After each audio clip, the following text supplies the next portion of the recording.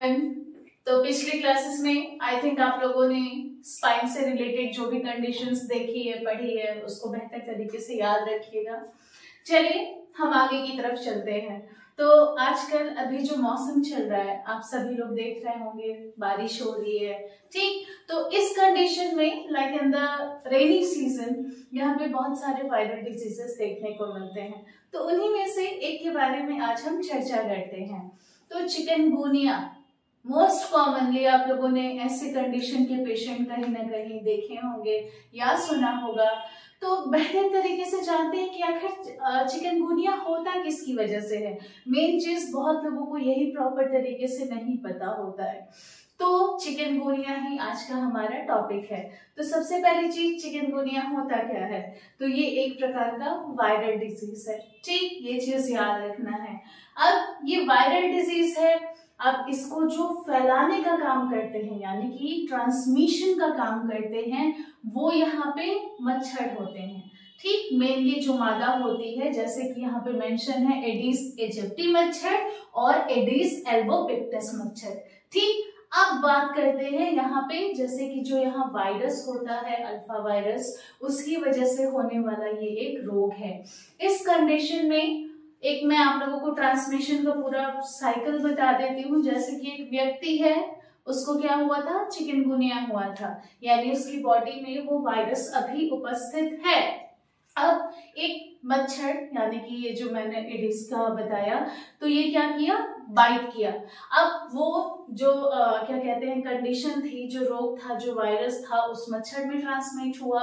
After that जब वो मच्छर किसी स्वस्थ व्यक्ति को काटता है तो वहां पे क्या होता है? ऐसी कंडीशंस देखने को मिलती हैं। अब इसके लक्षण लाइक पेशेंट्स में 2 से 12 दिन के अंदर देखने को मिल जाते हैं। मैक्सिमम केसेस लाइक जो लक्षण आना शुरू हो जाते हैं 4 से 8 दिन में देखने को मिल जाते हैं। ये चीज आप लोगों को याद रखनी है। अब यहाँ पे भी जैसे कि आप लोगों को डेंगू मैंने पढ़ाया था, वहां पे भी बताया था बहुत सारे ऐसे लक्षण होते हैं, कारण होते हैं। तो यहाँ भी हम चर्चा कर लेते हैं कि क्या क्या ऐसा कारण है जो चिकनगुनिया के पेशेंट में देखने को मिल सकता है। तो कारण, कॉजेस के बारे में बात कर रहे हैं। तो ऐसे जगह पे अगर कोई व्यक्ति घूमने जा रहा है, ट्रैवल कर रहा है, जहां पे चिकनगुनिया के केसेस देखने को मिल रहे हैं, सो वहां से भी चांसेस है पेशेंट को क्या होने के या पर्सन को क्या होने के? ये चिकनगुनिया होने के।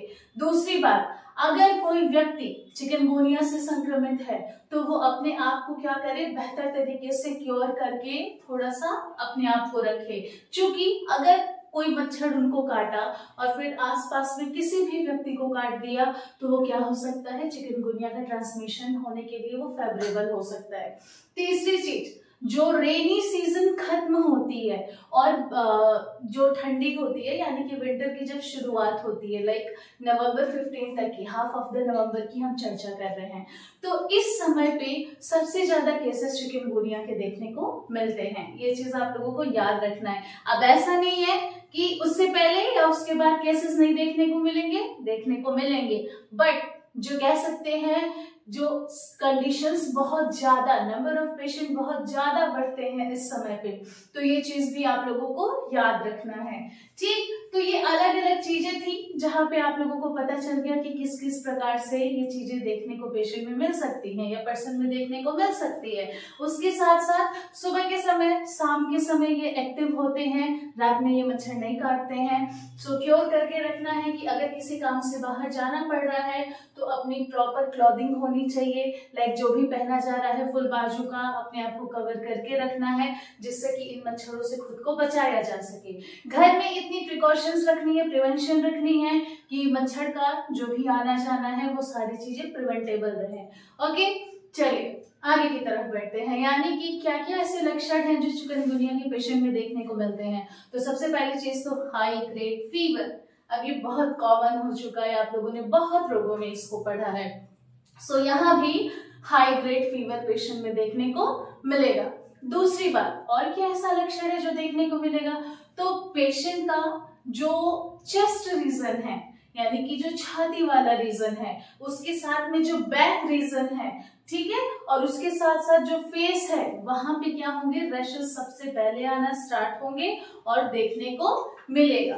तीसरी बात, पेशेंट में ज्वाइंट पेन बहुत सीवियर होता है। अब आप लोगों के मन में क्वेश्चन आ रहा होगा कि ठीक है, डेंगू में भी तो वैसे ही हो रहा था, बट थोड़ा सा आप लोगों को दोनों में कंपैरिजन याद रखना है। In the case of dengue, वहां पे पेशेंट को ऐसी हिस्ट्री नहीं थी कि लाइक डेंगू ठीक हो गया, पेशेंट को आगे चल के अर्थराइटिस कॉज कर।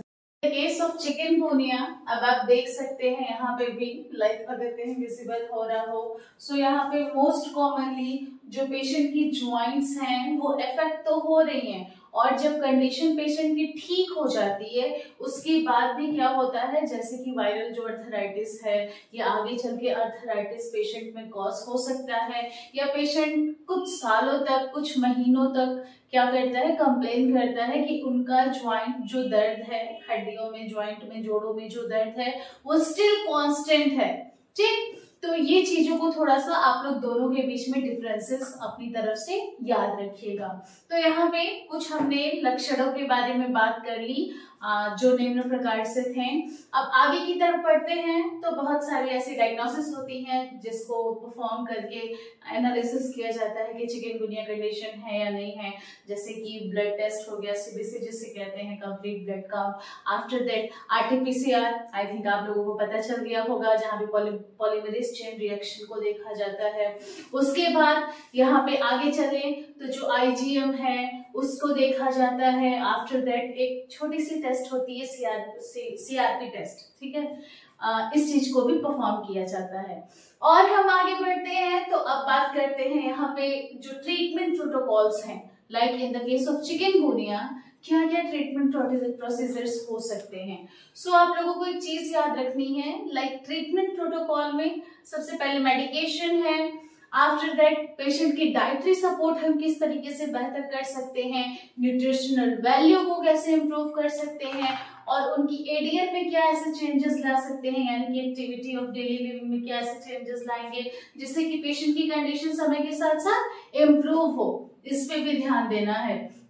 तो इस कंडीशन में सबसे पहली चीज मैंने बताया था, पेशेंट को बुखार होता है, फीवर हो रहा है और जॉइंट पेन होता है। अगर पेशेंट में जॉइंट पेन देखने को मिल रहा है या फीवर देखने को मिल रहा है तो इस कंडीशन में पैरासिटामोल वगैरह प्रोवाइड किया जा सकता है, बीडी या टीडी, वो depends upon the patients condition. इस चीज को जरूर से याद रखना है। आफ्टर दैट लाइक कुछ ऐसे सप्लीमेंट्स होते हैं जिसका इस्तेमाल किया जाता है। क्यों? क्योंकि यहाँ पे जो सप्लीमेंट्स की भी अपनी एक इम्पॉर्टेंट वैल्यू होती है हमारी बॉडी में, जैसे कि विटामिन डी है, विटामिन सी है, विटामिन के है, ये सब कुछ क्या हो, अपने बैलेंस चीजों पे रहे। आफ्टर दैट यहाँ पे इलेक्ट्रोलाइट फ्लूइड इम्बैलेंस अगर पेशेंट में हुआ है या फिर पेशेंट की कंडीशन सीवियर है, उसे हॉस्पिटलाइज किया गया है, सो वहां पे जैसे कि आरएल है या एनएस है, तो अगर जिस चीज की यहाँ पे जरूरत है उस चीज को क्या किया जाता है, इस्तेमाल किया जाता है। आफ्टर दैट पेशेंट का जो न्यूट्रिशन है, यानी कि उनका जो खान पान है उसमें बैलेंस डाइट ही इस्तेमाल करना है। जो मौसमी फल हैं या फ्रूट्स जिसे कह रहे हैं, उसके बाद वेजिटेबल्स हैं, इन चीजों का इस्तेमाल करना है। पेशेंट को यहाँ पे मसालेदार भोजन या फिर तले भुने चीजों से बिल्कुल भी क्या करना है, इस्तेमाल नहीं करना है, अवॉइड करना है इन चीजों को। उसके साथ साथ जैसे कि आप लोगों को डेंगू में भी पता चला था, कुछ चीजें और एड ऑन की जाती हैं, जैसे कीवी वगैरह हो गए या फिर गोट मिल्क हो गए। आफ्टर दैट पपाया लीव्स, वो भी अपना एक इम्पॉर्टेंट रोल प्ले करती है। सो इन चीजों का भी इस्तेमाल किया जा सकता है। और इसके साथ साथ लाइक पेशेंट की कंडीशन आगे सीवियर ना हो, सो कुछ पर्टिकुलर एक्सरसाइजेस परफॉर्म की जाती हैं, जैसे कि चिकनगुनिया किसी जब ठीक हो जाता है तो किसी एक जॉइंट पे या 2-3 जॉइंट पे अपना इफेक्ट छोड़ जाता है कुछ पेशेंट्स में। सो उस कंडीशन में उस पर्टिकुलर जॉइंट से रिलेटेड कुछ एक्सरसाइजेस को, जैसे कि स्ट्रेंथनिंग एक्सरसाइजेस को परफॉर्म करते रहना है, क्योंकि अभी आगे लाइफ स्पैन बहुत है और अगर पर्टिकुलर उस जॉइंट के लिए एक्सरसाइज की जा रही है तो कंडीशन समय के साथ साथ ठीक हो सकती है। उसके बाद शुरुआती दौर में अगर बहुत ज्यादा पेन वगैरह है तो वहां पे कोशिश की जाए कि कोल्ड चीजों का इस्तेमाल करें, आइस पैक्स वगैरह का इस्तेमाल किया जा सकता है। कंडीशन ठीक हो गई है, अब क्रोनिक की तरफ पहुंच रही है तो वहां पे हीटिंग पैड वगैरह का इस्तेमाल करके इन चीजों को कम किया जा सकता है। तो आज के लिए इतना ही, धन्यवाद। Like, share, subscribe, comment please.